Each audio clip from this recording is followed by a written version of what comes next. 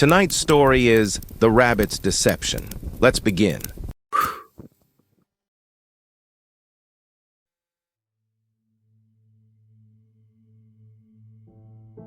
The morgue attendant's footsteps stopped outside cold storage unit 7. 3:47 a.m. Claire heard the keycard swipe. The lock disengaging, then light. Flashlight beam cutting through the darkness, sweeping across steel drawers, across the drainage grates, across her face. She didn't blink. The beam lingered on her eyes. Dead eyes, glassy, unfocused. Drool pooled at the corner of her mouth, cold against her skin. She'd let it collect there for the last hour, proof of a body that had stopped caring. The attendant's breathing was loud in the silence, in, out, in, then, Unit 7 secure. His voice crackled into the radio. The door sealed shut. Pneumatic hiss, lock engaging. Footsteps retreating down the corridor. Claire counted 100, 200, 300. Then she opened her eyes. The cold storage unit hummed around her. A low mechanical drone that vibrated through the floor, through her bones. 12 steel drawers lined the walls. Some were labeled. Most weren't. She didn't want to think about what was inside them. Her breath misted in the air, each exhale visible, ghosting away into nothing. The temperature gauge on the wall read 38 degrees. She'd been here for 6 hours. Her fingers had gone numb after the first hour, her toes after the second. Now she couldn't feel her face, but she could feel the thing inside her. It shifted. A subtle movement beneath her ribs, pressing against bone. Wrong. Unnatural. Like something coiled and waiting. Claire pressed her hand against the incision on her abdomen. The stitches were crude, hasty. When she'd first woken after surgery, she'd counted them, 23. Dr. Westwood had said she'd need 12. He'd lied about a lot of things. The smell in here was unbearable. Formaldehyde. That was the chemical part, sharp and burning in her sinuses, but underneath, something else, something sweet and rotting. The smell of meat gone bad. She'd rubbed it into her skin, into her hair, masked herself in the scent of death. It was the only way they wouldn't notice her breathing. The fluorescent lights buzzed overhead. Not a steady hum, irregular, flickering. The green-tinged light made everything look diseased. Claire flexed her fingers, watching the skin stretch pale and bloodless over her knuckles. Like a corpse's hands. Good. That's what she needed to be when they came back. A sound? Distant, echoing through the ventilation system, metal scraping against metal, then voices, muffled, getting closer. Claire's heart hammered, too fast, too loud. She forced it slower. Think of nothing, become nothing. Her father's voice in her head. Let your body forget it's alive. She dropped into position, curled against the wall, let her eyes glaze, drool sliding from her mouth again. Footsteps outside the door. Multiple sets. The lock clicked. Don't understand why we're keeping this one. A woman's voice, sharp, impatient. She's been down here for hours. The organs will start degrading. Westwood's orders. The attendant, tired, bored. He wants to examine her personally. Waste of time. We should harvest now while everything's fresh. The door swung open. Cold air rushed in, colder somehow, like the corridor was a deeper circle of hell. Claire kept her breathing shallow, imperceptible, less than 2 breaths per minute. Her father had timed her once. Said she was better than any yogi he'd seen. She'd been 12 years old. Look at her, the woman's footsteps approached. Claire heard the snap of latex gloves. Already decomposing, see the discoloration? A hand touched Claire's neck, fingers pressing against her carotid, checking for a pulse. Claire had slowed her heart to 30 beats per minute. The fingers pressed harder, searching. Barely anything, the woman muttered. How long did Westwood say she'd been dead? 6 hours, cardiac arrest during intake. The tissue's still viable, but we're cutting it close. The fingers withdrew. Mark her for processing at 0800. That's when disposal arrives. Disposal. They were going to burn her, incinerate her body like medical waste. Unless she got out first. The door closed, footsteps receding. Claire waited until the sound faded completely, then she opened her eyes. She had 4 hours, maybe less. The hospital had seemed normal at first. That's what made it worse. The perfect camouflage, St. Mercy's Medical Center, a gleaming tower of glass and steel in the heart of the city, 5-star ratings, award-winning staff. Claire had arrived 3 weeks ago for a routine tumor removal. Benign, nothing serious. Dr. Westwood had kind eyes. She should have known better. The first night, she'd seen them wheel a patient past her room. The patient's eyes were open, tracking movement, blinking, clearly alive. But the chart clipped to the gurney read, Deceased. Time of death, 11:34 p.m. Claire had thought it was a mistake, a clerical error. She'd even laughed about it with her nurse the next morning. The nurse hadn't laughed back, just smiled, a smile that didn't reach her eyes, and adjusted Claire's IV drip. "You should rest," she'd said. "Big day tomorrow." Claire had felt drowsy after that. So drowsy, she'd slept through her surgery, slept through recovery, slept for 2 days straight. When she finally woke, properly woke, something was wrong. The incision on her abdomen was larger than Dr. Westwood had described, the stitches crude, uneven. And when she pressed her hand against the wound, she felt it, something inside her shifting, moving, something that didn't belong. She'd demanded to see her scans. The nurses deflected. She'd asked for Dr. Westwood. He was unavailable. She'd tried to leave. Her door was locked from the outside. That's when Claire started paying attention. During the day, the hospital operated normally. Visitors came and went. Doctors made rounds. Everything routine, but at night, after visiting hours ended, the building transformed. Certain patients were moved to the basement levels. Orderlies spoke in hushed voices about acquisitions and inventory. And the smell, that sweet rotten smell, it drifted up through the ventilation system like a secret the building couldn't keep. Claire had pretended to sleep. Listened. The walls were thin. In the room next to hers, a man begged, "Please, I have a family. I paid everything you asked." The response was calm, bored. "You paid for the procedure. The terms were clear. Your liver was pristine. We found a buyer." The man screamed. The scream cut off abruptly. Claire had lain perfectly still in her bed, practicing not breathing. The next night, she'd picked the lock on her IV stand, a trick she'd learned from a boyfriend years ago, and crept into the hallway. The nurse's station was empty. She'd made it to the elevator before she heard footsteps behind her. "Miss Reeves." Dr. Westwood's voice, still kind, still gentle. She'd turned. He stood 10 feet away wearing surgical scrubs. They were spotted with something dark, fresh. "You should be resting," he said. "I want to leave." Claire kept her voice steady. "I'm checking myself out." "I'm afraid that's not possible." He took a step closer. "We've already invested considerable resources in your case. The procedure was more extensive than we initially discussed." "What did you take?" Her hand moved to her abdomen, protective, horrified. "Nothing you can't live without." Another step, his shoes squeaked on the linoleum. "You'll recover fully. We're very good at what we do, but you'll need to stay until the harvest cycle is complete." Harvest cycle. The words hit her like ice water. Claire ran. Down the hallway, into the stairwell. 3 flights. She'd made it to the second-floor landing before they cornered her.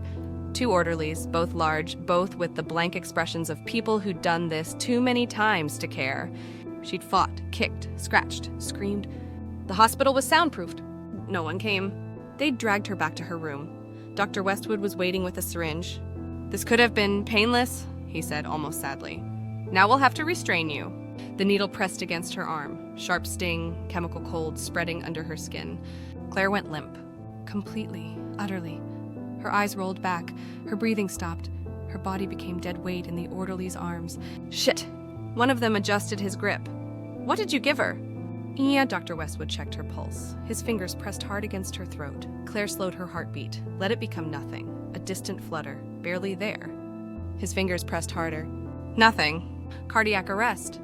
Dr. Westwood's voice changed. Frustration, real frustration. God damn it, she must have had an underlying condition. He paused. Then, "Get her to cold storage. I'll notify the acquisition team. This complicates things." They loaded her onto a gurney, wheeled her through corridors that smelled of bleach and copper, down an elevator that descended far below ground level. The numbers counted down. B1, B2, B3. Sub-basement 3 didn't exist on the hospital maps. Through double doors marked authorized personnel only. Into the morgue. They'd been rough, shoving her body into Unit 7 without ceremony. "Another loss," one orderly grumbled. "That's the 3rd this month. Westwood's getting sloppy." "Not our problem. Let disposal handle it." The drawer slid shut. Darkness, cold, the sound of footsteps retreating. Claire waited. 5 minutes, 10, then opened her eyes. Now, 6 hours later, she was still here, still playing dead, because she'd heard them talking through the walls. Disposal came at 8 a.m. They'd incinerate her body, no questions asked, just another medical waste removal. She had to get out before then. Claire pressed her ear against the cold metal door. The mechanism was simple, a keypad lock on the outside. She'd seen the attendant key in the code, watched in the reflection of the steel drawer handles, 4729. But timing was everything. The attendant made rounds every hour. Security cameras monitored the corridor, and somewhere in this basement, Dr. Westwood and his team were still working, still harvesting. She listened. Silence! Complete silence! Then, far away, a door opening, closing, footsteps growing fainter. Now! Claire moved to the door.